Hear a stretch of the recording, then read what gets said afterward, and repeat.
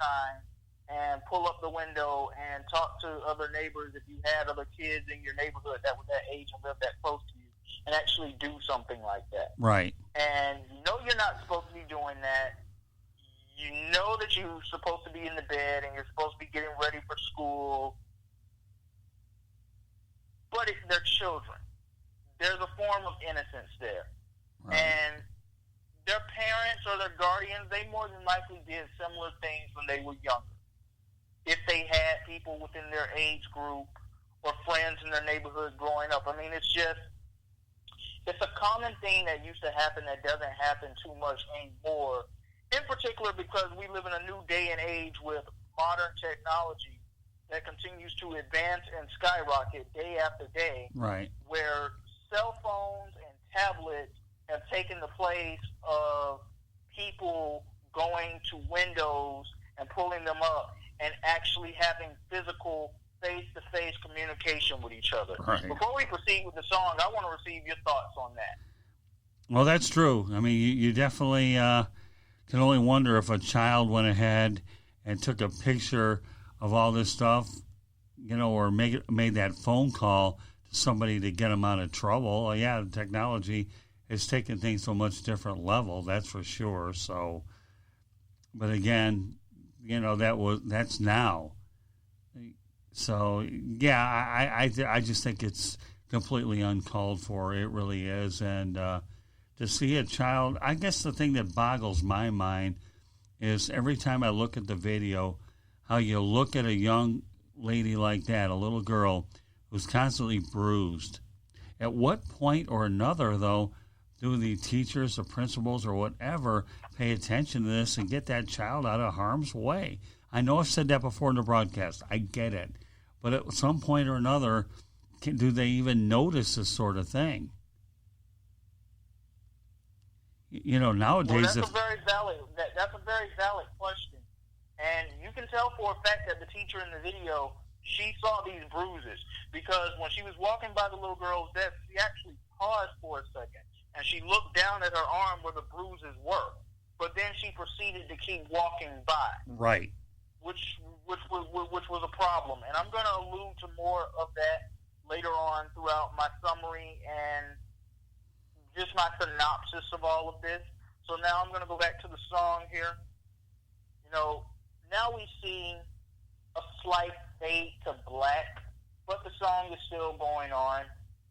And we see police cars that are on the scene. And Scott, this actually confused me for a second the first time I watched it. Because until I saw the yellow crime scene tape, I thought, okay, maybe the little boy did call the police or 911, or maybe he went and he told his parents about what was going on and someone called 911, because before I saw the yellow crime scene tape, I just noticed that it looked like the police were taking someone into custody. But that wasn't the case at all. I mean, that just kind of tripped me up a little the first time I watched it, because I thought, okay, maybe little boy, he may have not known what to do in particular, but he knew that something wasn't right in the situation, and he knew that because we get taught at a very early age, when there's an emergency, you call 911. Right. We taught that at a very early age. Unfortunately, that did not end up being the case, because now you see there's yellow crime scene tape all around the home, and the little boy is outside of his home now, and he's nearby the little girl's home, standing by the police car, and he's watching all of this. Mm-hmm.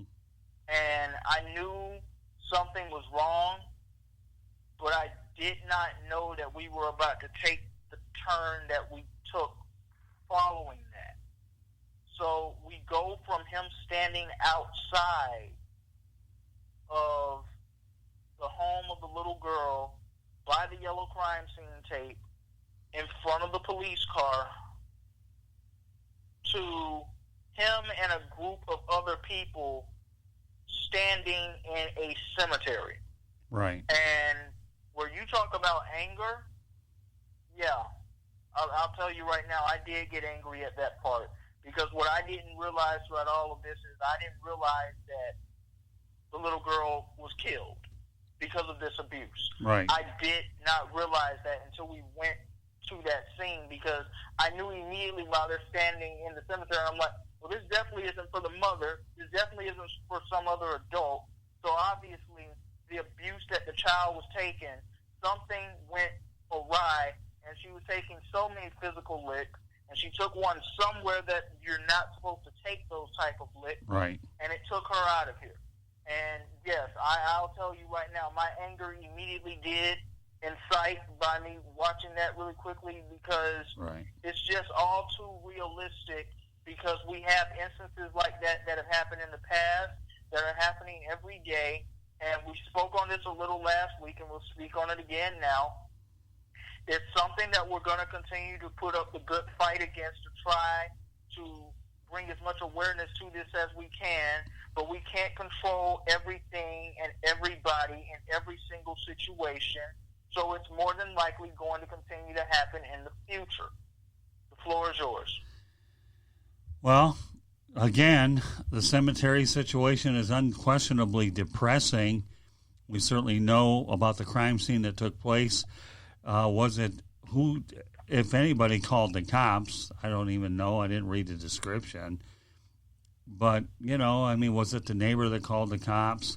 Was it the mother that actually called the cops that her daughter's hurt, that she went ballistically nuts and then had to bring someone out, was taken? Those are things we will never know, or at least I wasn't able to figure out. But yeah, it became apparent. You had a funeral there at the end, and the situation escalated to a point where it did not need to escalate to. It did not need to be that way. And this is just a situation which we see this around the country. We do. Okay, I don't even know how much social media was back then. When we see a lot more of these on Facebook, Twitter, wherever we are in social media. But to me, I will go back on this and beat it as hard as I can, okay? Somebody should have been there, whether it was a principal, assistant principal, counselor on top of the teacher. And I think the teacher is dead wrong here that she did not take it to a higher authority. I really do. Well, I stand in total agreement with you right there, because now when we're sitting in this cemetery, we're sitting here, we're watching this scene, it's like, how many people are standing there in that moment with so much regret right now, just saying, I wish I had have done this. I wish I had have done that. And the little boy is standing there right there, too. But this is an innocent little boy. Right. He doesn't know too much about this situation. He doesn't know exactly what it is that he could have done to have helped with this situation. Right. But there are adults who are standing there around him, too, who could have done something about this situation. And they did not do what they were supposed to do about this situation. And now we're sitting here and we're looking at the headstone of a little 7-year-old girl who died as a result of some physical abuse and violence from her mother that she did not have to continue to suffer from, had the proper people who had been noticing these things not remain quiet and actually use their voices to step up and say something and to get her out of that horrific environment. Oh, yeah. Yeah, you're right. Preventative. Nobody stepped up when they had to do. Nowadays, okay, anybody in their right mind would have saw those bruises. They would have taken a picture with their cell phone, and those pictures would have gotten into the right place, so this thing doesn't advance to a point where she's traumatized because of such physical abuse, without a doubt. So, all right. You're definitely right about that, because, these days, especially with law enforcement, they do such a great job of just wanting to get people behind bars who are criminals or who are doing wrongdoings anyway, that now you're even allowed to go anonymous. I'm not sure how much you were able to go anonymous back in the day, maybe 15, 20, 30 years ago.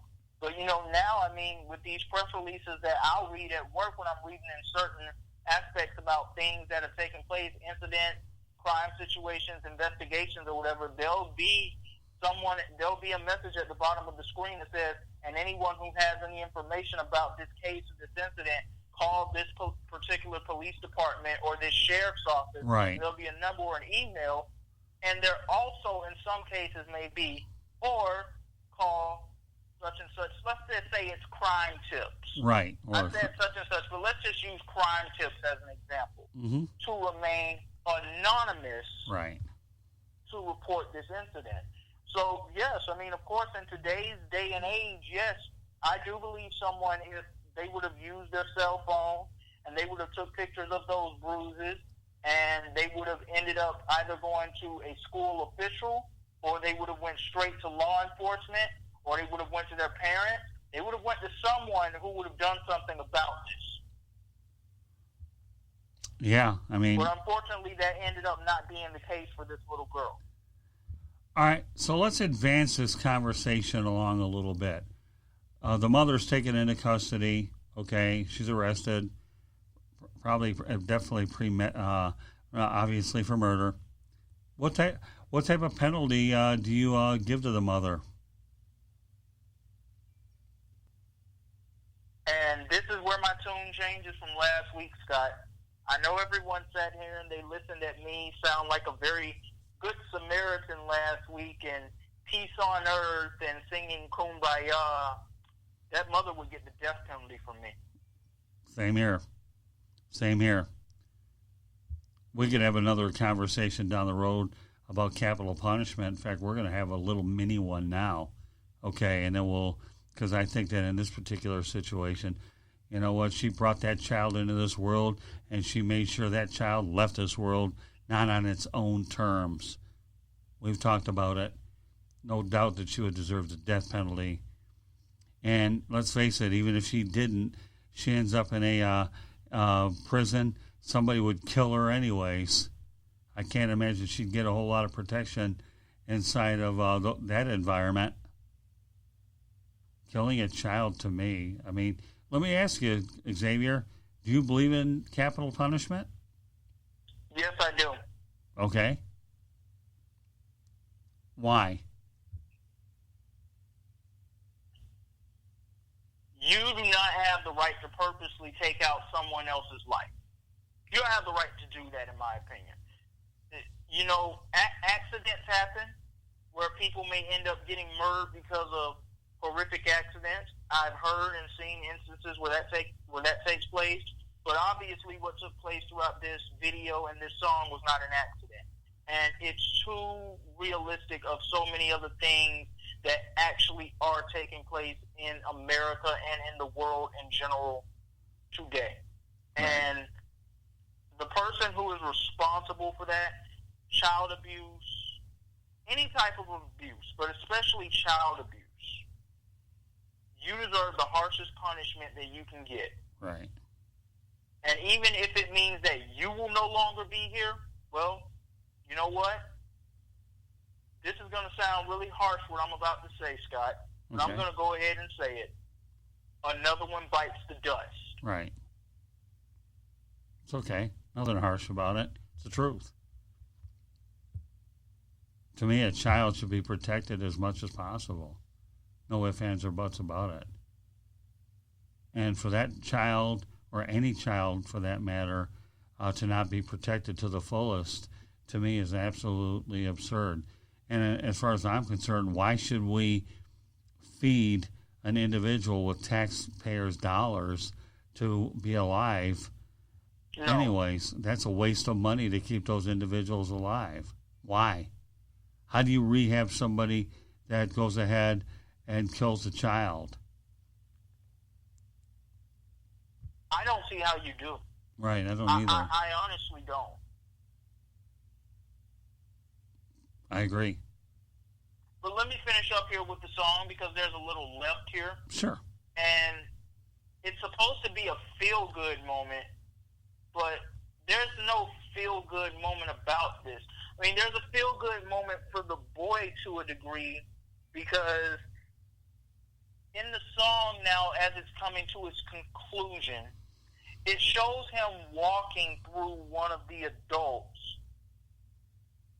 like he's walking into a spirit. And in the spirit, as he's walking through this adult, he sees a little girl. And he waves hi to her. They're smiling and they're having a conversation again. And, you know, everyone at that point, they walk off. And this is supposed